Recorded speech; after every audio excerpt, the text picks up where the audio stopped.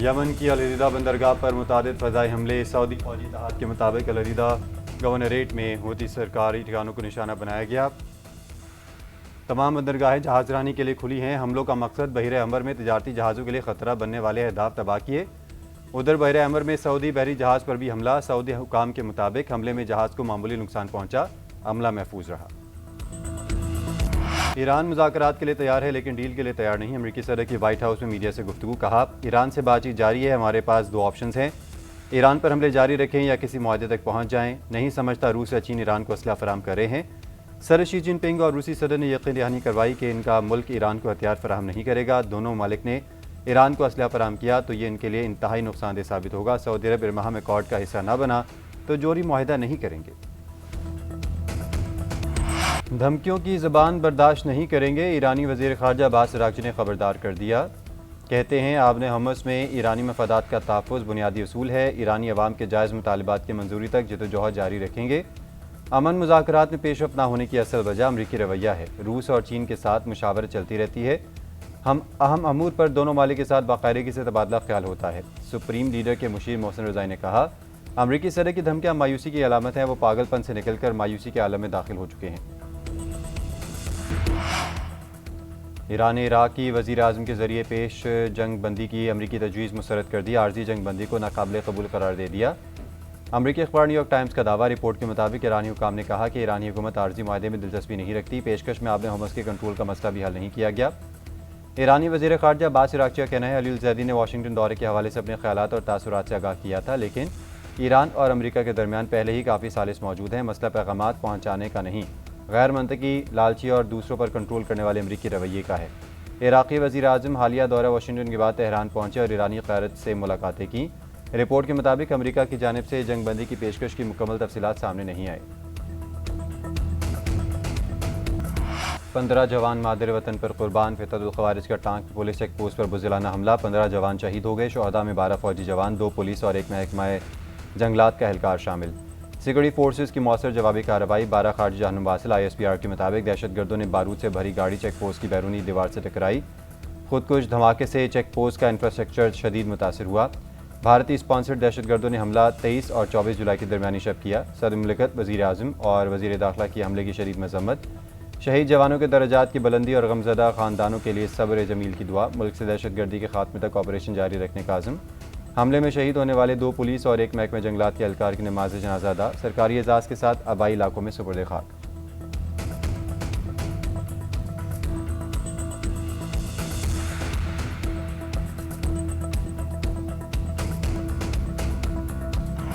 یہ قربانیاں پاکستان کی حفاظت کے لیے خالی عوام نہیں دے رہے، بلکہ اس میں ہماری لا انفورسنگ ایجنسی شامل ہیں، اس میں ہمارے افواج پاکستان کے کڑیل جوان اور افسر شامل ہیں، اور اس وقت 90,000 پاکستانی شہید ہو چکے ہیں اس دہشت گردی کا خاتمہ کرنے کے لیے، جس کے پیچھے ہندوستان کا ہاتھ ہے، وسائل بھی مہیا کر رہا ہے ان کو، اور دوسرے اور بھی اس میں فیکٹرز ہیں۔ تو پاکستان میں دہشت گردی میں بھارت کا ہاتھ ہے، بھارت ہی دہشت گردوں کو پیسہ اور وسائل دے رہا ہے۔ وزیر اعظم شہباز شریف کا بلوچستان نیشنل ورکشاپ کے شرکاء سے خطاب، کہا افغانستان کو بھی سمجھانے کی کوشش کر رہے ہیں کہ وہ دہشت گردوں کو لگام ڈالے، لیکن طالبان رجیم دہشت گردوں کو روکنے میں ناکام رہی ہے۔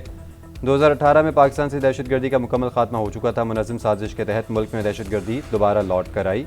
دشمن سے پاکستان کی کامیابی ہضم نہیں ہو رہی، خطے میں قیام امن کے لیے دنیا پاکستان کی سفارتی کوششوں کو سراہتی ہے، فیلڈ مارشل اور نائب وزیر اعظم کی کاوشیں لائق تحسین ہیں۔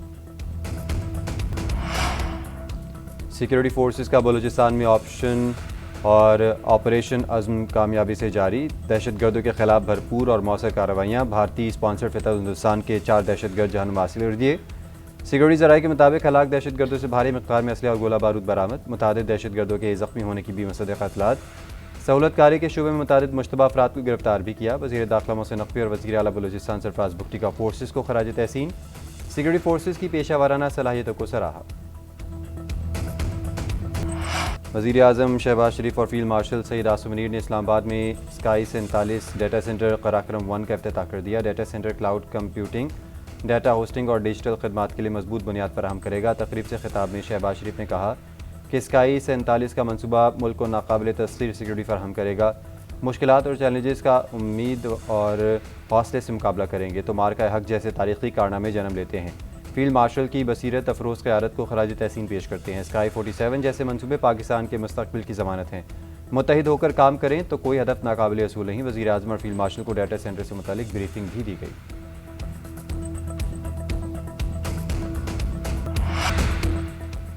مہنگائی بے لگام، جیب خالی، حکومت کا عوام کی جیب پر پھر ڈاکہ۔ مسلسل 5ویں روز مہنگائی کا نیا وار۔ پیٹرول کی قیمت میں 3 روپے 66 پیسے اور ڈیزل کی قیمت میں 4 روپے 80 پیسے فی لیٹر اضافہ۔ پیٹرول کی نئی قیمت 335 روپے 18 پیسے فی لیٹر ہوگی۔ اب ڈیزل 383 روپے 46 پیسے کا فی لیٹر ملے گا۔ اوگرا نوٹیفیکیشن کے مطابق نئی قیمتوں کا اطلاق 25 جولائی کے لیے کیا گیا۔ میری بات کا برا نہ منانا، سیاسی جماعتوں میں تلخیاں ہوتی رہتی ہیں۔ صدر مسلم لیگ نون نواز شریف کی بلاول بھٹو سے نوک جھونک۔ چیئرمین پیپلز پارٹی کی تنقید کا جواب بھی دے دیا۔ میرپور آزاد کشمیر میں انتخابی جلسے سے خطاب میں کہا، آپ میرے برخوردار ہیں، سیاسی نوک جھونک ہونی چاہیے۔ یہ کشمور نہیں کشمیر ہے، میرپور خاص نہیں میرپور ہے۔ کشمیر میرا دوسرا نہیں پہلا گھر ہے۔ میرے وزارت عظمیٰ سے ہٹنے کے بعد کوئی ترقی نہیں ہوئی۔ میرے دور کے کام ادھورے پڑے ہیں۔ ملک کے ہر منصوبے پر مسلم لیگ نون کی مہر نظر آئے گی۔ نواز شریف کا میرپور کے عوام کے لیے بسوں کا تحفہ۔ میرپور میں جدید اسپتال اور انٹرنیشنل ایئرپورٹ بنانے کا بھی اعلان۔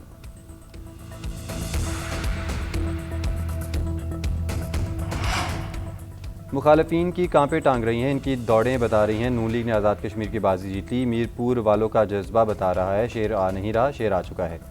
وزیر اعلیٰ پنجاب انیل نواز کے بلاول بھٹو پر تاک تاک کر وار۔ جلسے سے خطاب میں کہا، مخالف کہتا ہے نون لیگ کی حکومت تھی تو کام کیوں نہیں کروائے؟ ہماری حکومت تو تھوڑی دیر کے لیے تھی۔ جو 15 سال سے بیٹھے ہیں انہوں نے ایک اینٹ نہیں لگائی۔ نواز شریف نے جو بھی وعدہ کیا اسے پورا کیا۔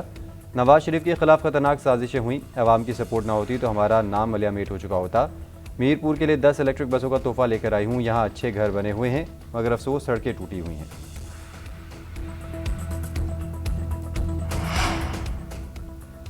چیئرمین پیپلز پارٹی بلاول بھٹو زرداری کا کہنا ہے کہ کشمیر کا فیصلہ صرف اور صرف کشمیر کرے گا۔ اسلام آباد سمیت کوئی صوبہ کشمیر کا فیصلہ کرنے کا اختیار نہیں رکھتا۔ آزاد کشمیر کے عوام برابری کے حق کے لیے 27 جولائی کو تیر پر مہر لگائیں۔ کشمیر کا فیصلہ کشمیر کو کرنے کے لیے پیپلز پارٹی کے امیدواروں کو کامیاب بنائیں۔ بلاول بھٹو نے اپنے ویڈیو پیغام میں کشمیریوں کو حق حاکمیت، حق ملکیت اور حق روزگار دینے کا وعدہ بھی کیا۔ پیپلز پارٹی نے پنجاب حکومت کی جانب سے مریم نواز کی تصویریں اور ان پر لگی الیکٹرو بسوں پر آزاد کشمیر حکومت کو دینے کو سیاسی رشوت قرار دیا۔ چیف الیکشن کمشنر پنجاب سے نوٹس لینے کا مطالبہ۔ ملک بھر میں مونسون کا طاقتور اسپیل۔ لاہور سمیت پنجاب کے کئی شہروں میں وقفے سے بارش۔ بند روڈ پر گھر کی چھت گرنے سے خاتون اور بچے زخمی۔ پسرور میں بھی طوفانی بارش، شہر ڈوب گیا۔ مکان کی چھت گرنے سے خاتون اور 2 بچے زخمی۔ گوجرانوالہ اور گرد و نواح میں مونسون بارشوں سے نشیبی علاقے ڈوب گئے۔ عالم چوک پٹھان کالونی میں 2 سالہ بچہ برساتی پانی میں ڈوب کر جاں بحق۔ صفدرآباد اور خانقاہ ڈوگرہ میں بھی بادلوں کی اننگز کے بعد ندی نالوں میں طغیانی۔ ڈیرہ غازی خان کے پہاڑی سلسلے کوہ سلیمان میں طوفانی بارش۔ سختی سرور اور قبائلی علاقوں میں طغیانی، زرعی رقبے زیر آب۔ تونسا شریف میں سیلابی پانی گھروں میں داخل ہو گیا، کچے مکانات اور دیواریں منہدم۔ ناروال مرید کے شیخ پور اور قصور میں بھی وقفے سے بارش۔ فیصل آباد، جہلم، ڈسکہ، دیپالپور میں بھی بادلوں کی گھن گرج۔ بلوچستان کے ضلع کوہلو، سبی اور گرد و نواح میں سیلابی ریلیں۔ خیبر پختونخوا میں بارش اور فلیش فلڈنگ، جاں بحق افراد کی تعداد 28 ہو گئی۔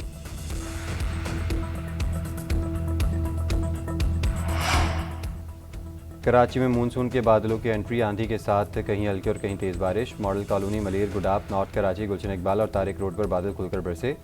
نوری آباد، اورنگی ٹاؤن، گلشن حدید، ناظم آباد، سرجانی ٹاؤن اور احسن آباد میں بھی بارش۔ پانی کی پہلی بوند پڑتے ہی بجلی کی سپلائی منقطع، کئی علاقے اندھیرے میں ڈوب گئے۔ محکمہ موسمیات کی آئندہ 24 گھنٹوں کے دوران بارش کا سلسلہ وقفے سے جاری رہنے کی پیش گوئی۔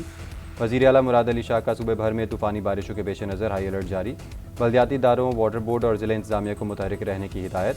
نشیبی علاقوں سے بارش کے پانی کی نکاسی کے لیے ڈی واٹرنگ پمپس فوری نصب کرنے کا حکم۔ کہا، کراچی سمیت تمام بڑے شہروں کے نالوں کی صفائی اور چوکنگ پوائنٹس کو فوری کلیئر کیا جائے۔ تمام اضلاع کے ڈپٹی کمشنرز اور اسسٹنٹ کمشنرز خود سڑکوں پر نکل کر کام کی نگرانی کریں۔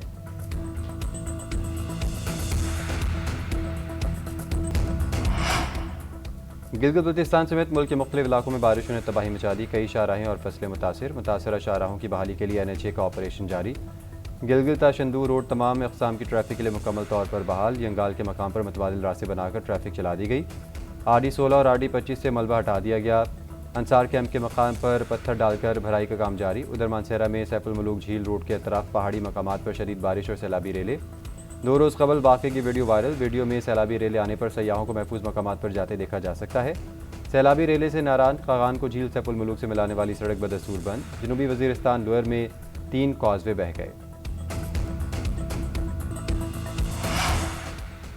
بھارت کے پاکستان پر آبی حملے، سرال ڈیم کے اسپل ویز کھولنے کے بعد چناب کا پانی منظور، ہیڈ قادر آباد اور خانکی پر سطح مسلسل بلند، اونچے درجے کا سیلاب، ہیڈ مرالہ کے مقام پر بہاؤ میں قدر کمی، دریا راوی میں ہیڈ بلوکی کے مقام پر سیلابی صورتحال، سیالکوٹ، گجرانوالہ، حفظ آباد، جھنگ میں دریا کنارے آبادیوں کو خطرہ، دریا چناب کا ریلا چنیوٹ کی حدود میں داخل، متعدد دیہات ڈوب گئے، میاںوال کے علاقے پانی کی نظر، بدوملی میں 20 دیہات زیر آب آ گئے، کرول علیسن میں دریائے سندھ کا زمینی کٹاؤ شدت اختیار کر گیا، ہزاروں ایکڑ پر فصلیں زیر آب۔